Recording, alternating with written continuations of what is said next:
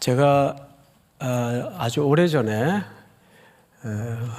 어느 교회에서 목회를 하는데 한 젊은 엄마인데 자매님이 찾아왔어요. 아기 둘을 데리고 결혼 아이들이죠. 무슨 일이세요? 그랬더니 눈물을 툭툭툭툭 흘리면서 목사님, 제가 몇 번이고 고민하고 기도하다가 도저히 힘들어서 목사님 찾아왔어요. 긴장이 탁 되더라고요. 이것도 혹시 무슨 일이 있나 싶어가지고 왜요? 제가 아주 얼굴을 낯익은 자매예요. 오래 다녔고 아마 청년 때부터 있다가 결혼을 해서까지 머물러 있는 분인데 무슨 일이세요? 그랬더니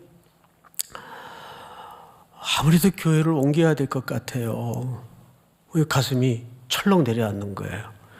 목사는 아무리 교인이 많아도 한 사람이 교회를 떠나겠다 그러면 가슴이 떨어져요. 그냥 무슨 일이 있었어요? 그랬더니 자기가 지금 집이 안양인데 애 둘을 데리고 3번을 갈아타고 온다는 거예요.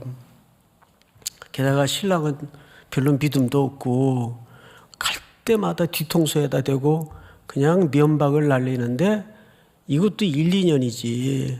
그리고 무엇보다도 애들이 크니까 도저히 그 두 아이를 업고 걸리고 너무 힘들어가지고 아무래도 집 가까이 교회 근처로 옮겨야 될 것 같아요. 그래서 사정을 쭉 길게 얘기하더라고요. 그래서 제가 듣고 아주 나이스하게 그럼 옮겨야 되겠네요. 그랬어요. 그런지 기도하고 헤어졌어요. 근데 그 다음 주에 또 나타났어요.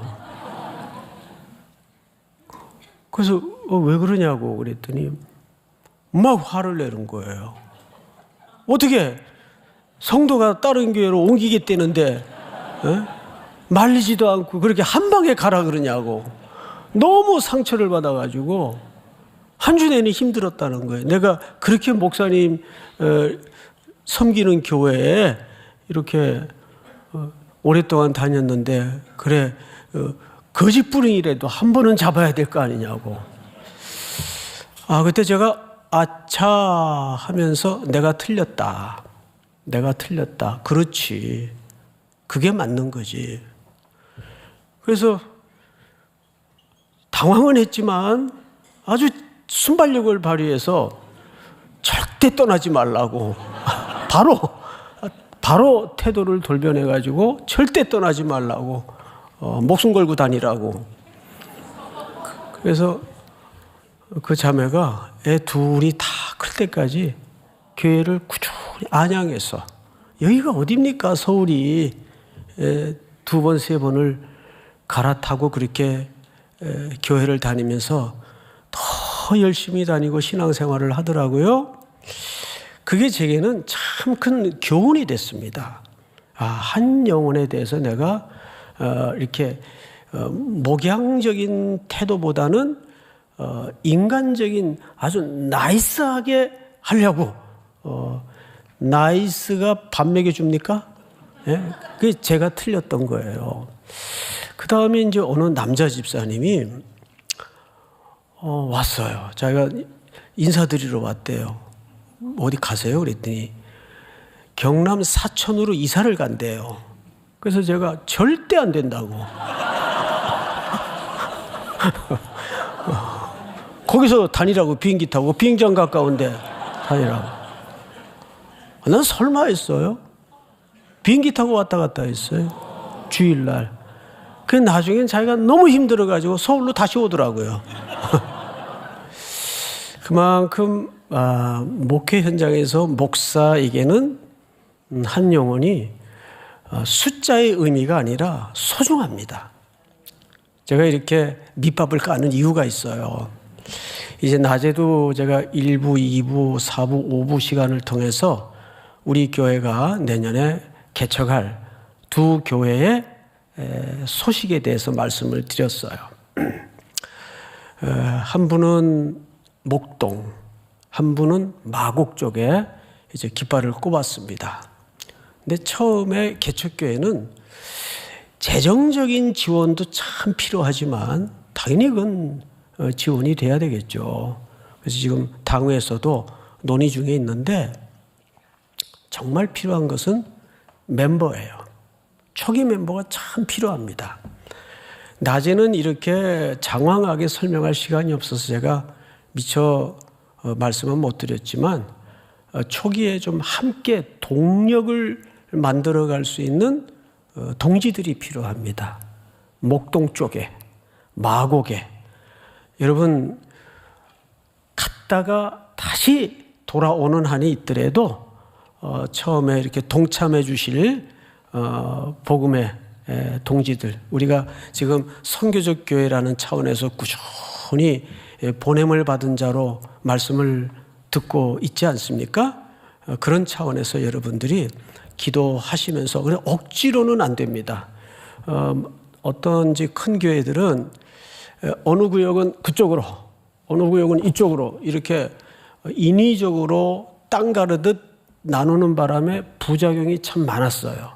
근데 이것은 영적인 문제이기 때문에, 그리고 생명에 관한 것이기 때문에 그렇게 인위적으로 분할받듯이 분양하듯이 성도들을 그렇게 구획을 지울 수는 없습니다. 그러나 혹 그쪽 지역이 아니더라도 이 말씀을 듣고 있는 분들 가운데 예수원 교회와 동그라미 교회, 또 이름이 참 한 번 들으면 잊을 수 없는 교회 이름인데 이렇게 동참해 주시면 참 감사하겠고, 결국 교회는 재정이 아니라 사람입니다.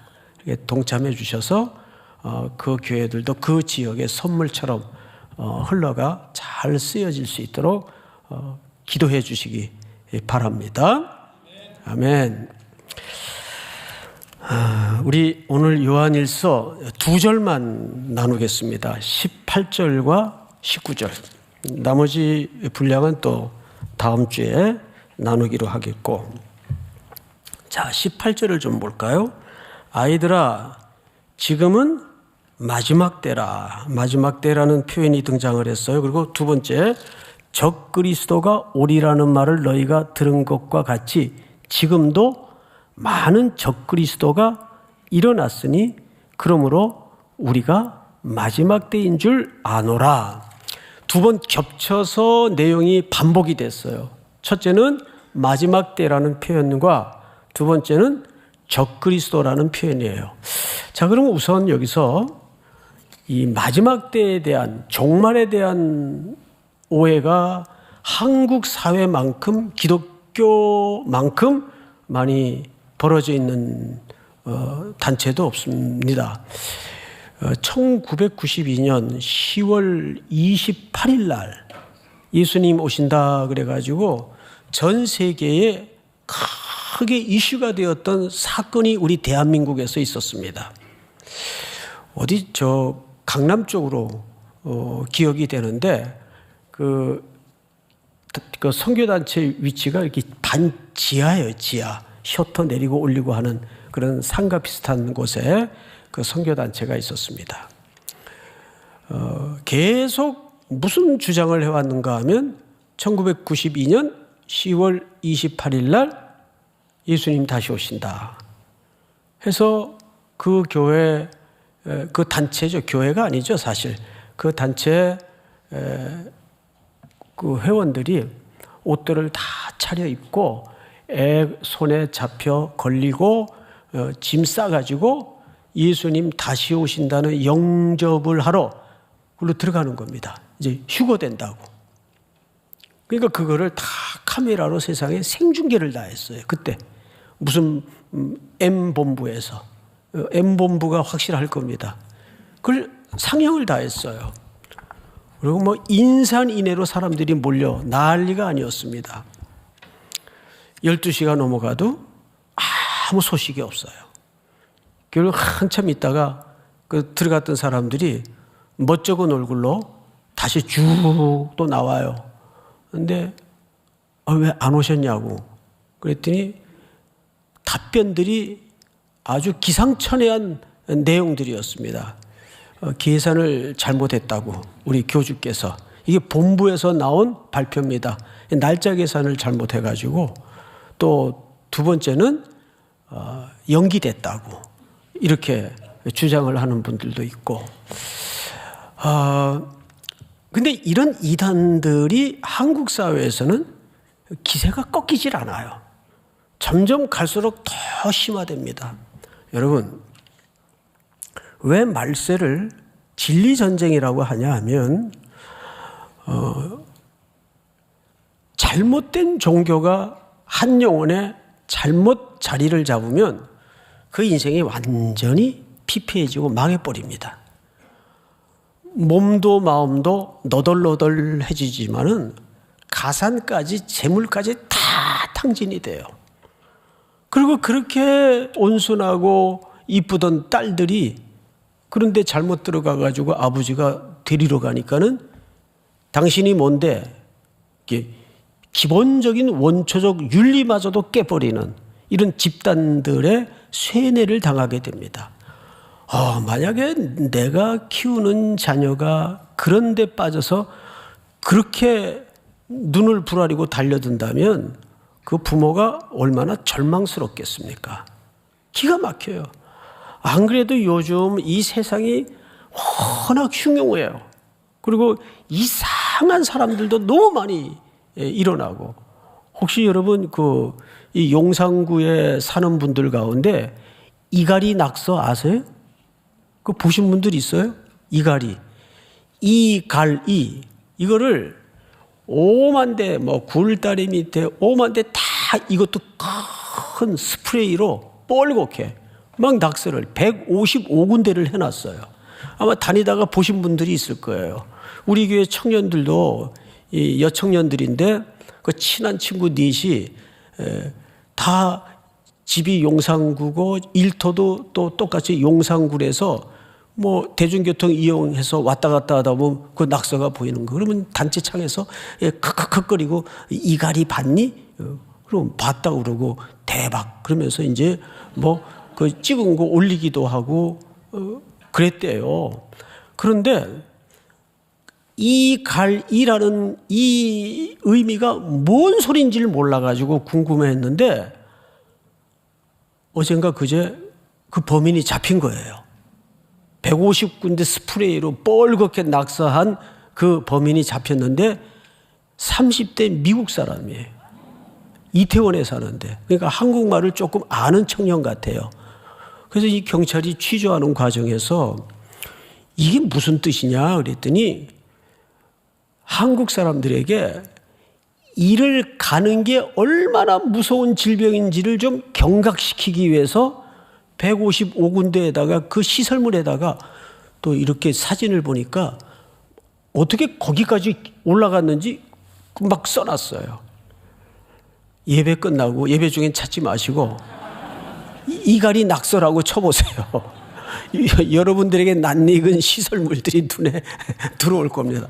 대박. 예?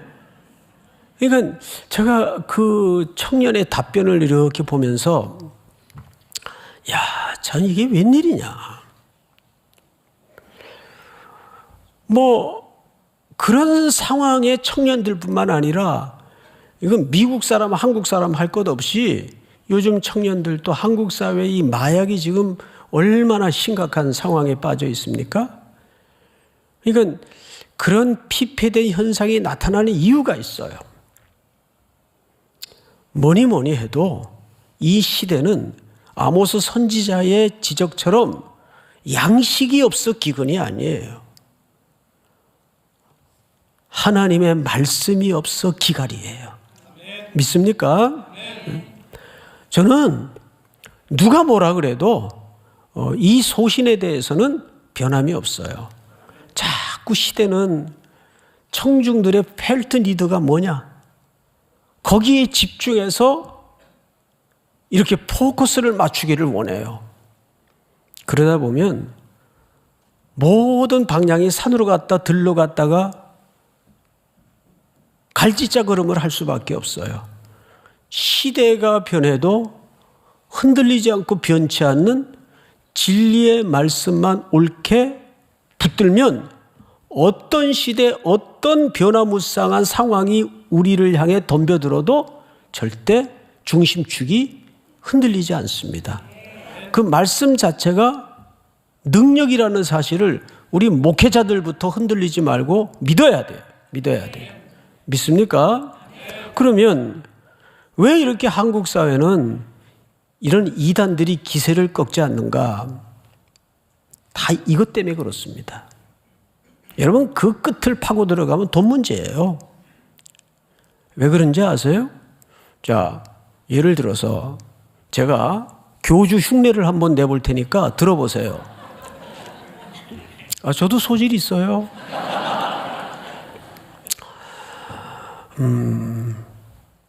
여러분, 어젯밤 제가 계시를 받았는데, 다운표입니다. 계시를 받았는데 주께서 제게 말씀하시기를 1월 1일 0시에 예수님 다시 오신다고 확고하게 말씀해 주셨습니다.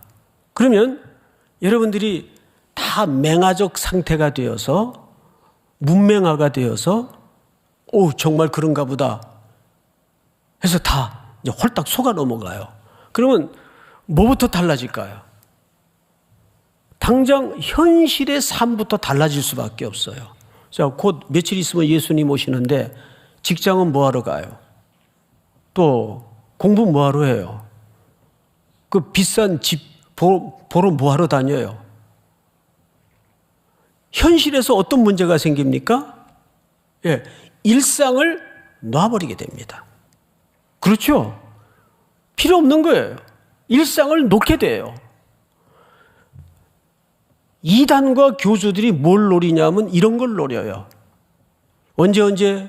근데 이런 조짐은 요즘만 있는 게 아니에요. 이 글이 쓰여지던 1세기 시대에도 잘못된 종말론을 통해서 자꾸 시간과 때를 강조하는 무리들이 있었습니다. 제가 중등부를 섬기던 교회인데 거기 사임을 하고 이제 서대문에 교회로 이제 대학부 전임으로 오게 됐어요. 근데 얼마 후에 소식을 들으니까 제가 중등부 섬기던 여교사 한 분이 연세가 좀 50대 그때 나이가 중반쯤 됐을 법한데 너무너무 충격적인 소식을 들은 거예요. 그 남편하고 나이 차가 많아요. 10년 정도 차이가 나는 것 같아요. 그러다 보니까 애도 늦었겠죠. 초등학교 4학년짜리 아들을 어렵게 두었습니다. 이렇게 트럭으로 벌이를 하시는 분인데 저 화양동 사거리에서 운전을 하시다가 뭐 과로가 됐는지 상대방이 받았는지 오래돼서 내용은 정확치 않지만 정명 충돌을 해가지고 그 자리에서 뭐 유언 한마디 못 남기고 돌아가셨습니다.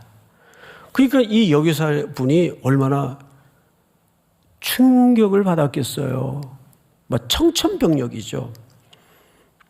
그러니까 뭐 장례식장에서도 사람이 정신이 나가고 얼이 나가가지고 망연자실해 있는데 문제는 장례를 다 치르고 나서예요.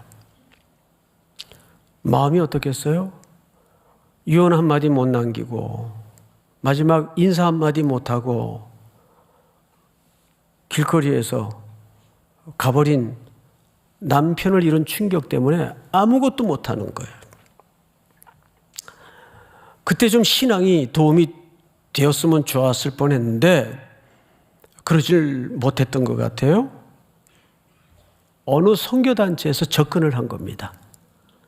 바로 맨날 몇 시에 주님 오신다. 이런 걸 가리키는 집단이었어요.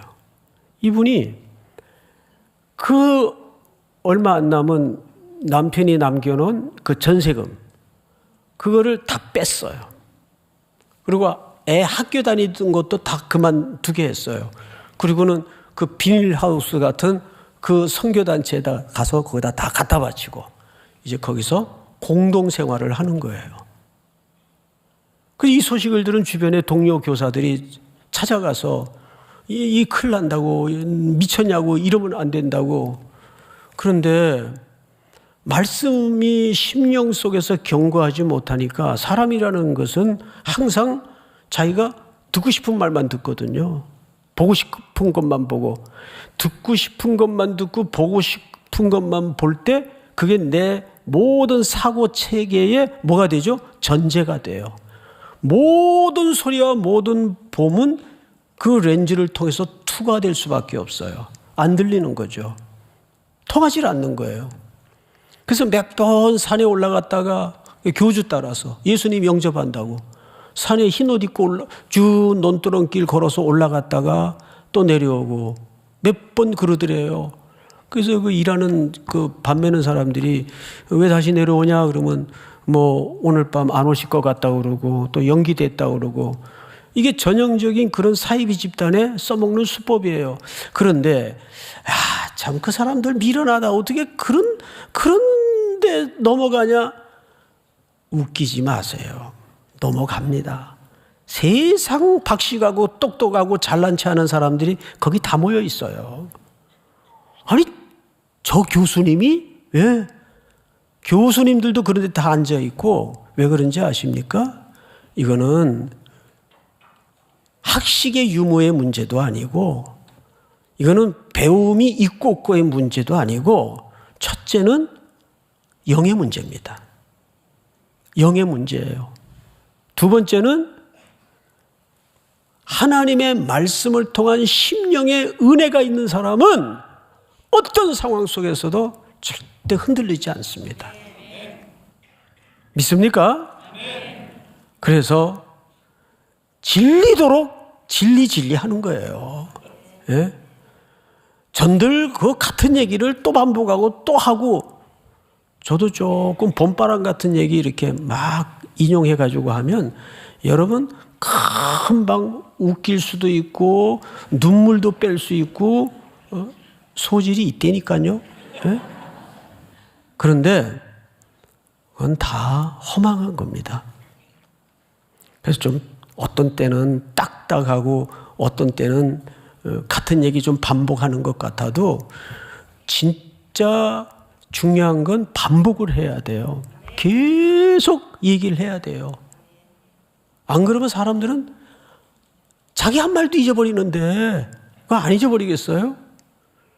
여기 두 번째 적그리스도라는 표현이 나와요. 자, 그러면 우리가 적그리스도가 뭔가? 여러분, 적그리스도를 히브리 말로는 헬라 말로는 그 앞에 안티라는 말을 써요. 안티. 저가 안티야 그러면 우리 어떤 뉘앙스로 받아들이죠? 안티. 반대하다. 그런데 안티라는 말이 그런 의미 때문에 적대감으로 해석을 하기도 합니다. 그런데 놀랍게도 여기에서는 이 안티라는 말 속에 적대감의 의미만 있는 게 아니에요. 무엇을 대신하다. 두 가지 의미가 있다는 거죠. 첫째는 적대감이 맞아요. 그런데 두 번째는 무엇을 대신하다. 이게 안티입니다. 그러니까 무조건 안티하면 반대자, 적대감 이런 의미만 있는 게 아니라는 거죠. 그럼 무엇을 대신하다는 누구를 가리키는 걸까요? 예, 교주들이 전부 끝에 가서는 처음에는 신분이 목사로 출발을 해요. 그 여느 교회 그냥 목사인 줄 알아요. 다 속아요. 그러다가 한참 이렇게 잘 재보다가 이제 완전히 넘어왔다. 저거 잡아놓은 물고기다. 그 마지노선이 탁 걸려서 넘어오면 그 다음에 본색을 드러내는데 사실은 그 메시아가 나다. 이렇게 나오는 거예요. 그러면 여러분 싹 빨려듭니다. 메시아의 실체를 눈앞에서 그 현현을 보잖아요. 금방 빨려들어요. 그러니까 교주들이 되게 마지막 끝은 자기 우상화예요. 내가 메시아라는 거예요. 그래서 내 말만 듣고 나만 바라보면 구원을 얻고 모든 삶의 문제에 아무 염려 걱정이 없다는 거예요. 그러면 마음이 연약하고 사연이 많은 사람들은 마음이 살랑살랑거려요. 그래, 맞아. 어차피 한 세상인데 여기 올인해보자. 도박하듯이 거는 거죠. 이게 얼마나 위험한 짓입니까? 예? 그래서 어느 공동체든지 사람을 자꾸 숭상시키고 어떤 유무용의 모습으로도 높이는 일에 대해서는 경계하셔야 돼요. 우리 삼일교회는 유독 경계하셔야 돼요.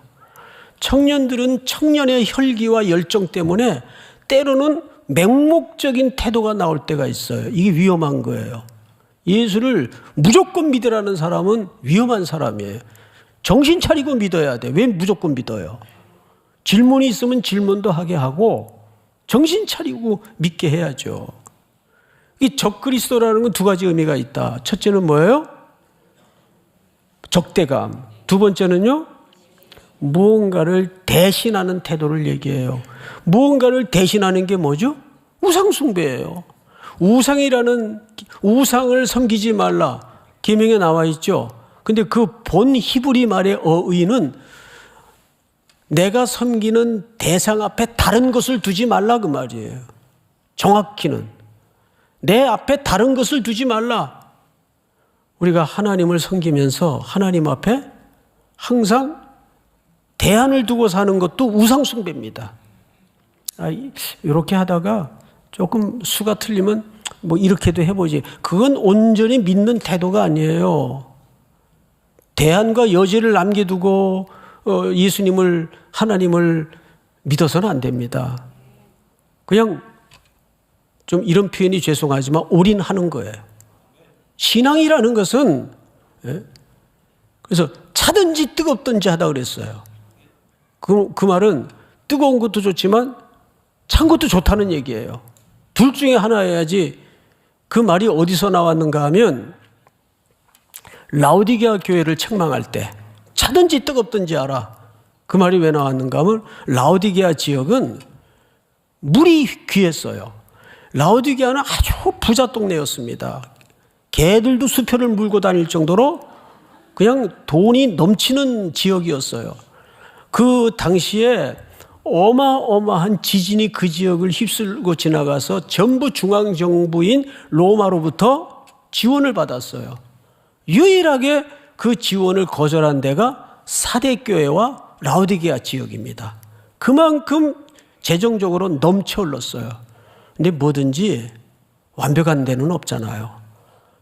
반면에 라오디게아 지역에 물이 귀했어요. 그래서 이 물을 어디서 끌어다 썼는가 하면 골로새에서 또 히에라볼리에서 끌어다 씁니다. 이 꼭지가 삼각형으로 돼 있어요. 우리 골로새서 공부할 때 배웠죠? 그러면 거기에서 이 경사를 거기 가보면 이렇게 돼 있어요. 아주 1mm 정도 나게 길게 수로를 만들어요. 그래서 거기서 물을 보내면 천천히 흘러오도록 이 경사를 만들어서 라오디게아까지 연결을 합니다. 근데 예를 들어서 히에라볼리에서 골로새에서 나오는 물들은 뜨거운 온천수예요. 아주 물이 좋아요, 거기는. 그럼 그 물을 퍼올려 가지고 거기다가 실어서 나르면 이 오다가 석회질하고 섞이고 또 그 물이 식어요. 그래서 이거를 마시게 되면 구토가 납니다. 그래서 성경이 뭐라 그랬어요? 내가 토하여내겠다 그랬어요. 차든지 뜨겁든지 하라. 그렇지 않으면 네가 열정이 식었구나. 그래서 나오는 얘기입니다. 그러니까 진리의 문제에 관해서는 all or nothing이지 중간지대는 있을 수가 없어요.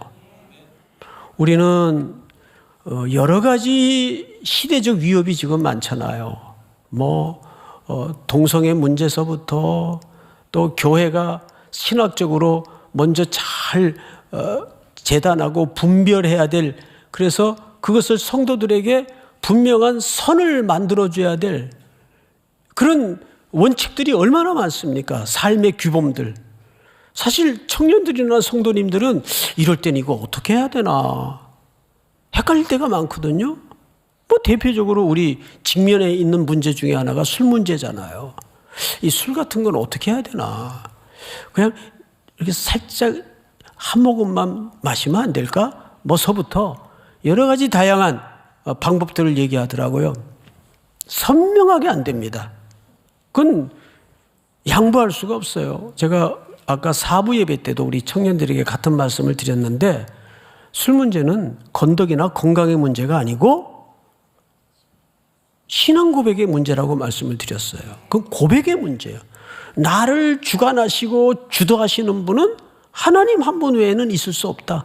성령님만이 나를 충만하게 지배하시는 분이시다를 고백하는 싸움이에요. 예수 그리스도의 보배로운 보혈로 구원함을 입은 사람들은 내 인생의 지배권, 이 중추신경, 술이 우리 몸을 타고 흘러들어가면 제일 먼저 제압하는 신경 조직이 중추신경입니다. 거기 딱 지배되면 그냥 사람이 개가 돼요. 네? 그 지배당해서 그래요. 그래서 술 취하지 말라는 말은 술 먹지 말라는 말이에요.